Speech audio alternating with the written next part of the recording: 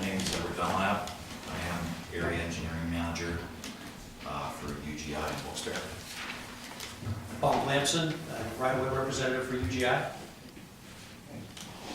I think you heard some of the concerns that were raised. We should address those and maybe elaborate a little bit more on specifics as to how it relates to the. We have a couple of things. One of the things that we are doing to go, one of the things that was brought up tonight was a lot of things that came out of our Route 309 settlement. And the Route 309 settlement we have involves the pipeline that runs from Sheets through the streets of the city of Wilkes Barre back to our regulator station on Johnson Street here in North Main Street. The main itself, it was installed in 1961, and since during that period of time, and most recently, it's picked up a little more leaks. So we want to have that replaced. And we have been discussing that with the PUC all along. The PUC has been notified of what the main is scheduled to be replaced. And last fall. Since then, the main itself, we're trying to find good routing. Our objective is that the existing main goes near approximately 300 to 400 houses. We want to try to get it away from them, as many as we can. Most of this route is more than 75 feet away from most houses.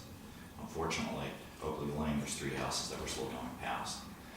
The reason coming down Oakley Lane is we tried to follow the levee for the city of Wilkes Barre and the Army Corps as close as possible, because it's in an area where there's structures. It's a fairly quiet area for construction.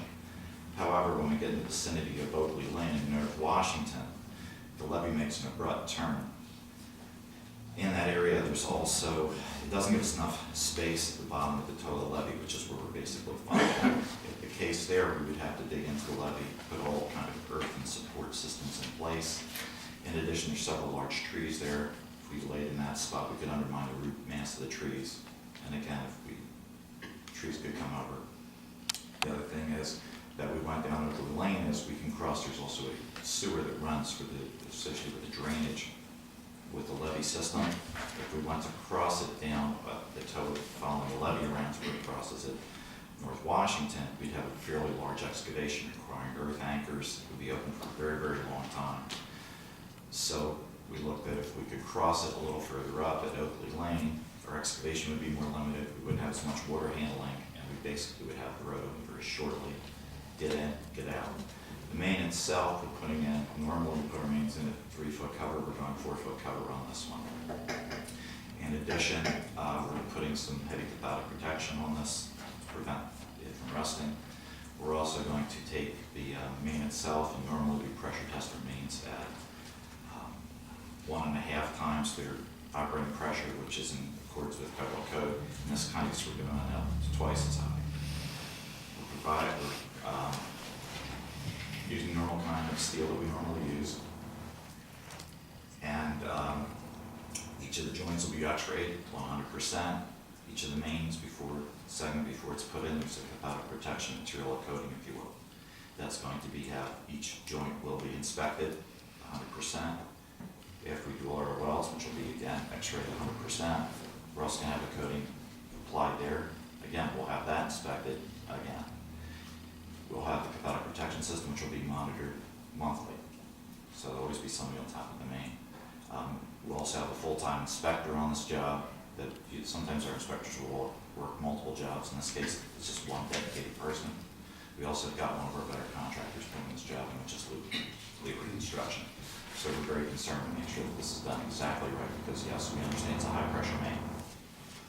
The main itself, after it's completed, we're going to come down Oakley Lane. In the middle of Oakley Lane, the street itself will be restored 100% curb to curb with entire paving, as will North Washington Lane. It's kind of the aspects on the construction of everything there. Currently, our existing main, we just want to replace it's reached the end of its economic life. It's just time to replace and get it out of there. This is something that UGI does on a normal basis anytime we do that kind of renewal work, and we have a renewal program, not just the high pressure mains, but mains all through the city. Pretty much that's the description of the job, pretty much. It's the same size main? Same size main, same operating pressure. And he quenched the PUC approval. You have the PUC approval? PUC has been notified, takes no exception. You have that in writing so we can, We notify them as part of our normal business operations. We can send a notification over to the PUC. and did they send you something back saying it's okay? It's not necessary for them, but they have sat down with us since then and reviewed the project with us so they can be familiar with it, and they took no exception. Well, this gentleman, is saying that he contacted the PUC 4 hours ago, and he said they did not give the approval, yet you got a verbal approval.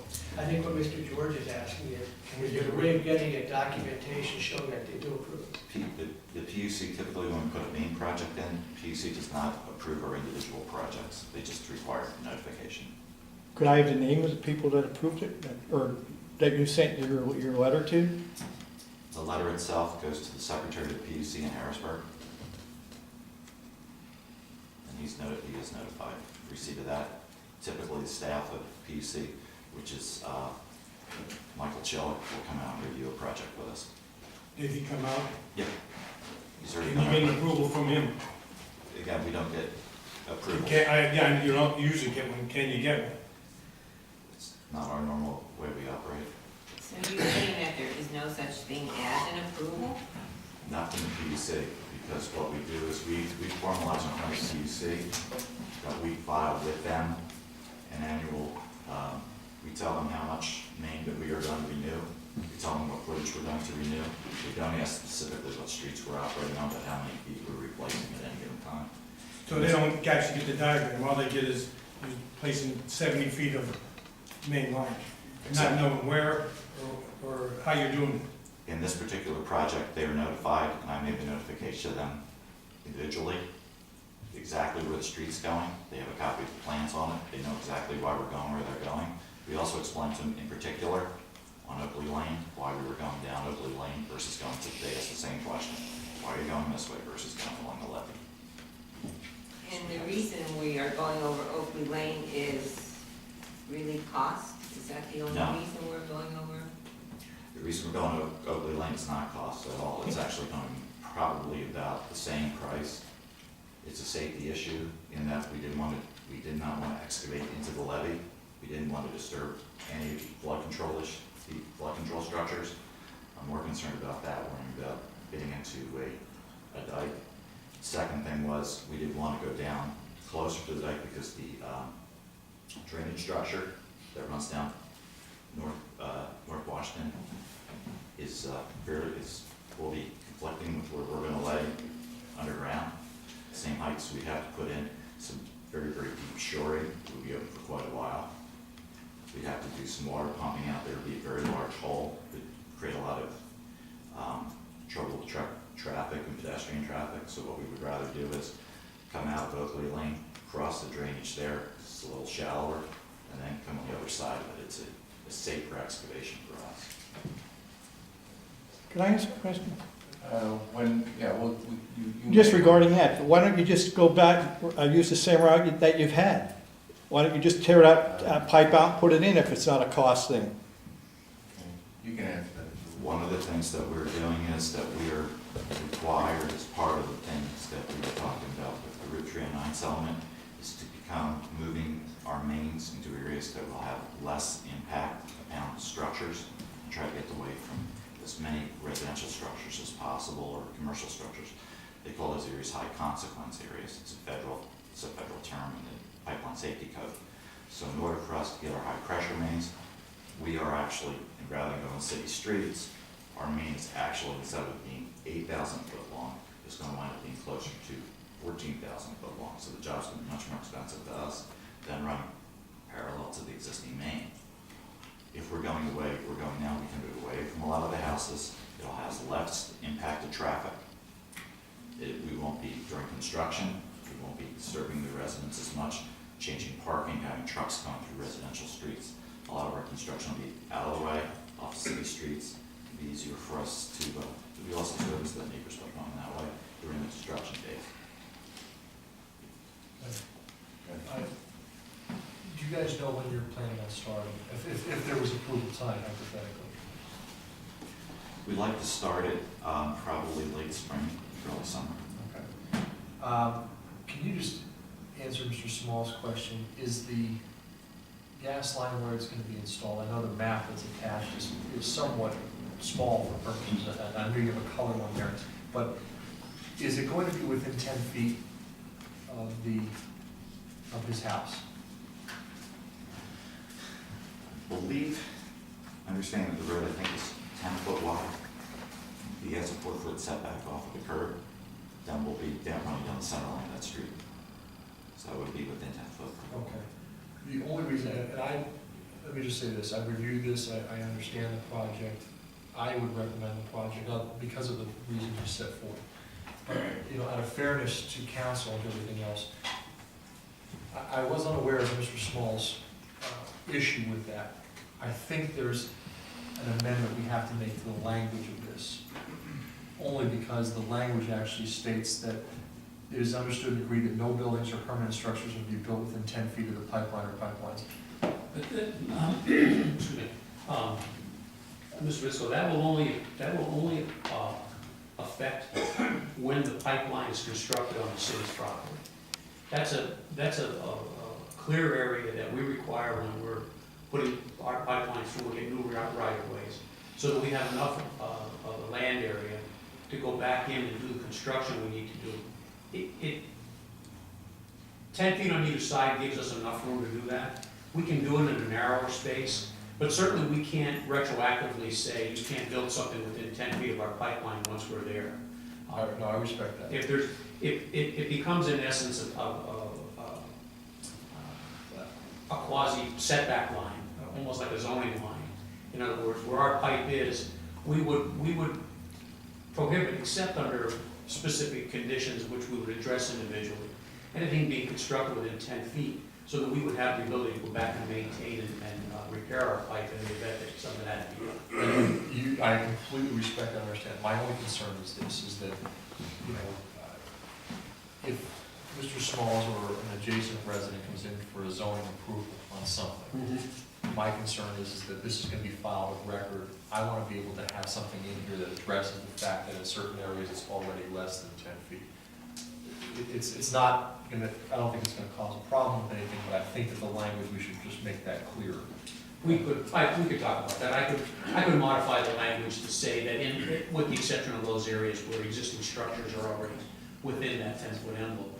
Again, realizing that in Mr. Schmaltz's situation along Oakley Lane, we're not getting an easement from the city.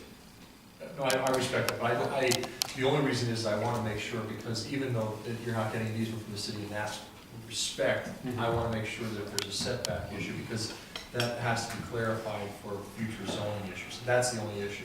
We can work So, with your indulgence, would you have any problem if we tabled this for 2 weeks to put back so we can have full language for council's consideration? Would that be an issue? As long as we can identify, my only request for council tonight would be that we be able to identify the issues that we need to address, so that we can address them between now and the next city council.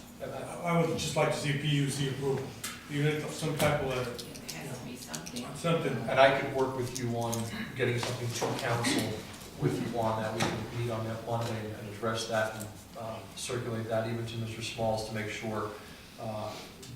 And that way we can just tighten the language and then make sure that this is something that is appropriate for everybody and that everything is there. And please understand, I'm not trying to hold up your project anyway. I just want to make sure that this is tightened for our protection and for your protection in the future, and for Mr. Smalls. Mr. Finisco, if you're gonna table that to the council members, I have, I'm gonna ask if you can come back up in 1 second if you have any additional questions. Okay. But right now, from council, anything, Tom? I have a hypothetical question. I know the easement, you can probably best answer that. The easement that is before us tonight is to allow UGI to come onto what is city property, Correct. not public right of way. Correct. Would Oakley Lane be included in that easement or not? No, it's not.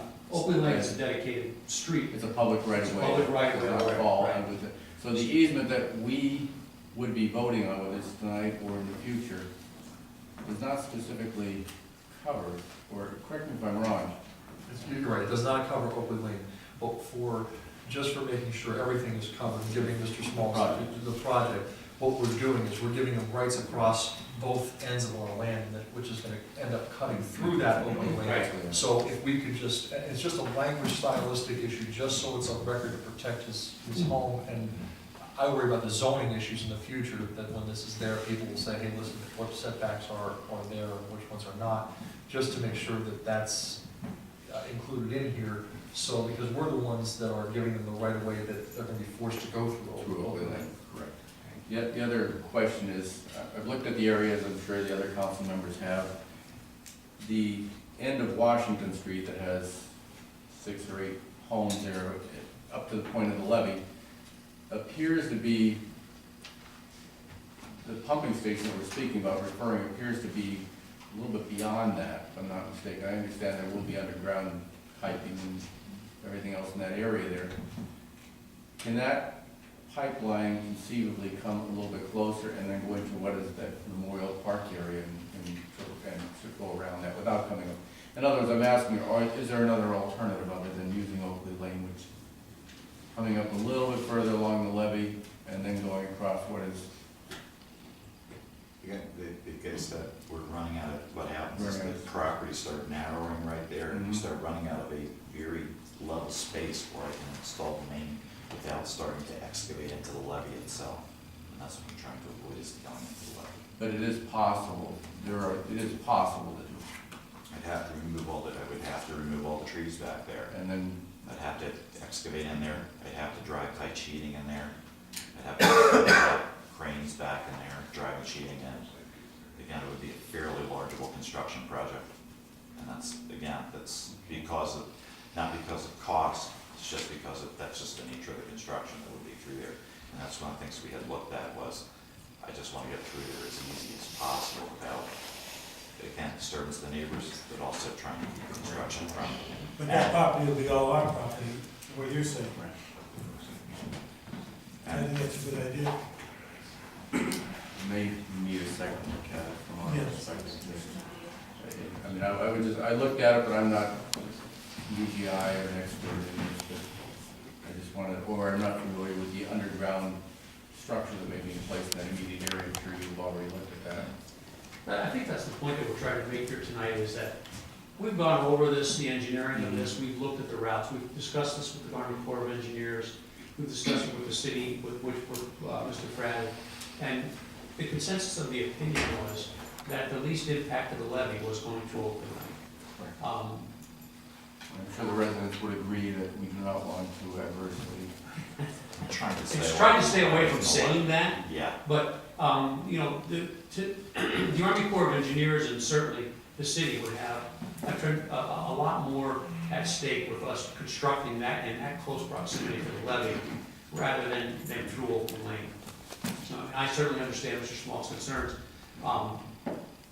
but the difference in the constructability of this, I think, is what's key here. Oakley Lane and coming across North Washington Street, getting back into the area where we're away from the dike and on city property, is the type of construction project that is the normal for this type of project. Back against the dike, where we would have to be using a tremendous amount of sheeting and doing pile driving and things like that, that is a whole other type of construction that opens up itself to more challenges when you're doing a project like this. You know, our primary concern when we were trying to route this pipe was, number one, to try and stay away from as many homes as we could and keep that area of influence as long as we could. And number two, to try and get through it as quickly as we can.